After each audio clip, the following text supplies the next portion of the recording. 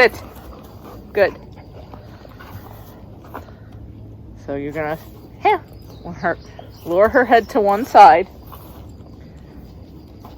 Yes! When her paw lifts, you're gonna say yes and reward.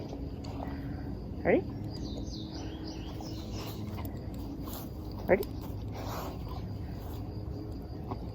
Yes! The timing of your mark is important. It gives you some time to deliver your treat. Can you give me your paw? Good girl. See, she already knows this.